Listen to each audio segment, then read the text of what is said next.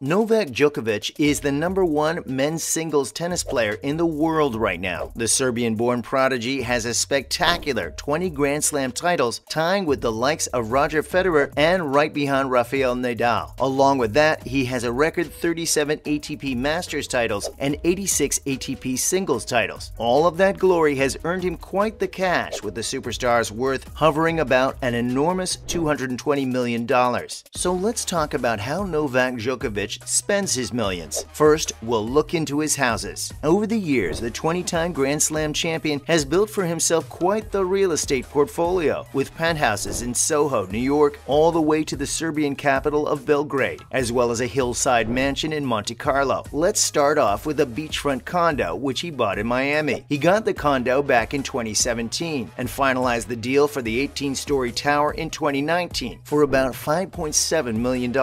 Funny thing is that he barely spent a month owning the property before putting it back on the market at a whopping $7.15 million, according to reports by Wall Street Journal. The 3-bedroom condo was designed by the Pritzker Prize-winning architect Renzo Piano and had a gigantic wraparound terrace outlining the structure of the building while offering a direct view of the pristine beaches of Miami. The property sold for about $6 million in 2020, with the agent reporting that the #1 tennis player never even lived in it. Wow! Then the 565 Broome Soho. Djokovic made another addition to his housing portfolio back in 2017 when he bought 2 separate 2-bedroom apartments at 565 Broome Soho. The apartments are located on the top floor of the 30-story complex, with each spanning about 185 square meters, as reported by the WSJ. Designed by Renzo Piano, these apartments reportedly set the tennis star back by over $10 million. The two weren't next to each other and couldn't be combined, but the development itself packs quite the perks. It might not feature a tennis court for the Serb, but it did come with a fitness center, a yoga studio, an indoor heated lap pool paired with a steam room and a sauna. All this combined with the 24-hour concierge service, automated parking, and a library really makes it the perfect place for almost anyone. Up next, the penthouse in Belgrade. Now let's talk a little bit about his house back home in Serbia. Djokovic bought a giant 3-bedroom penthouse that comes with a pool and a terrace in Belgrade back in 2018. The penthouse is home to his parents and set the star back by about 545,000 euros. Besides that, local media also reports that the Serbian native has built a sprawling villa on a private lake in the north of the country. And the Monte Carlo. Ah, Monaco. A heaven for the rich and famous. A place that's been home to some of the biggest celebrities and athletes, including the #1 star Novak Djokovic. What's surprising is that the Serb had made the province his home base for 15 years, and still not much is known about it. All we know is that he owned a hillside mansion that offered sweeping views of the Mediterranean. He moved to the province from Belgrade back in 2005, stating that his rising popularity in his home began to overwhelm him, and now settling in Marbella. Now the star tennis player is looking to settle down in Marbella in southern Spain's Costa del Sol. According to reports from the Spanish media, the Serb and his wife Jelena chose a 9-bedroom villa in the region as their vacation spot during lockdown for about 10 million euros, and it seems like the perfect place to settle down. And we're glad to see that the Djokovic family thought so too. The property in Marbella offers spectacular views of both the mountains and the ocean, and boasts an impressive tennis court, a swimming pool, a cinema room, a guest house, a game room, a gym, and an on-site spa and sauna. Both of them even shared a few glimpses on social media of their new residence during the lockdown, where they were seen playing tennis, doing yoga, dancing, and just having a great time together. What more could one want? Next, we look at his luxury cars. The superstar tennis player has a bunch of automobile sponsorships lined up for him. He endorses brands like Audi and Mercedes, and even became a brand ambassador for the French automobile company Peugeot, and that certainly comes with a lot of perks. It wouldn't be an understatement to say that the Serb literally has a fleet at his disposal. He owns a Peugeot RCZ and a limited edition E208. The latter boasts an amazing 134 bhp electric motor that can take you from 0 to 60 miles per hour in a measly 7.5 seconds. He got these two as a gift from the company back in 2020. But that's not the only wheels he owns. Pursuing his love for electric cars, it's no wonder that Djokovic also owns the signature eco-friendly ride, a Tesla Model X. Aside from that, it's been reported that he owns a Fiat 500, a Mercedes-Benz S500, an Audi Audi R8, and a BMW M55D. On top of that, the tennis star has his $200,000 Aston Martin DB9, which is definitely one of his favorites, and for good reason. The DB9 certainly doesn't mess around when it comes to speed and packs an impressive 540 bhp thanks to its 6.0-liter V12 engine, rocketing it from 0 to 60 in just 4.6 seconds. With this much power, the car would easily leave Djokovic's E208 trailing, but even that doesn't truly compete with the class and elegance of the ace up his sleeve, a $230,000 top-of-the-line luxury cruiser, the Bentley GT, a go-to for a lot of celebs. The British car is just another addition to the Serb's already extravagant fleet, with him opting for the coupe version of the vehicle. And now, Djokovic's businesses. The Serb has dabbled in some business ventures as well, with the launch of his nutritional food line by the name of Djokolife in 2015, which focuses on giving athletes high-quality insights on both nutrition as well as lifestyle. Novak has even written a book in 2013 called Serve to Win that focused on a diet plan that he claims saved his life. The tennis star even owns various restaurants back home in Serbia, notably the Novak bistros and cafe chains. But food and nutrition isn't the only place where his money goes. Novak also has an 80% stake in the biotech firm by the name of Quant Biores. The Danish firm is reportedly working on a cure for COVID-19 that doesn't involve vaccines, and they certainly have Djokovic's support behind them. Up next, sponsorships. It's no surprise that the #1 men's singles tennis player also has a huge line of giant sponsors after him, his biggest one being the French clothing brand Lacoste. The Serb has been with the brand since 2017, even agreeing to an extension in his contract, signing on to endorse them till 2025. While Lacoste takes care of what he wears on the court, the 20-time Grand Slam winner also has a footwear deal with the Japanese sports brand ASICS, famous for making some of the best running shoes on the market. Not only that, but he's sponsored by a bunch of other companies like the tennis racket manufacturing brand Head, as well as NetJets, and not to mention the automobile giant Peugeot. He also had sponsorships with the likes of Seiko Watch Corporation, and in 2021 signed a contract with the Swiss luxury brand Hublot. The tennis star also endorses the Serbian telecommunications company Telekom Serbia for nutrition and supplementation. He's partnered with the German nutritional supplementation brand Fitline and serves as the ambassador for Ultimate Software as well. According to Forbes, Djokovic made about $34.5 million in 2021, putting him at 46th on the list of the highest-paid athletes in the world. With this many sponsorships to his name on top of his brilliant performances on the court, it really does make sense why Djokovic became so rich. And then the philanthropy. Novak was one of the first athletes who stepped up to help people with donations back in 2020 when the world was going through the COVID-19 pandemic. He's donated about $5 million to the Serbian public health system, charities run by the country's Orthodox churches, as well as other families and people who were in a financially precarious situation. On top of that, he even donated to the humanitarian aid fund that was set up by his fellow tennis rival and 21-time Grand Slam winner Rafael Nadal for the Spanish Red Cross, which had a target of raising around $12.13 million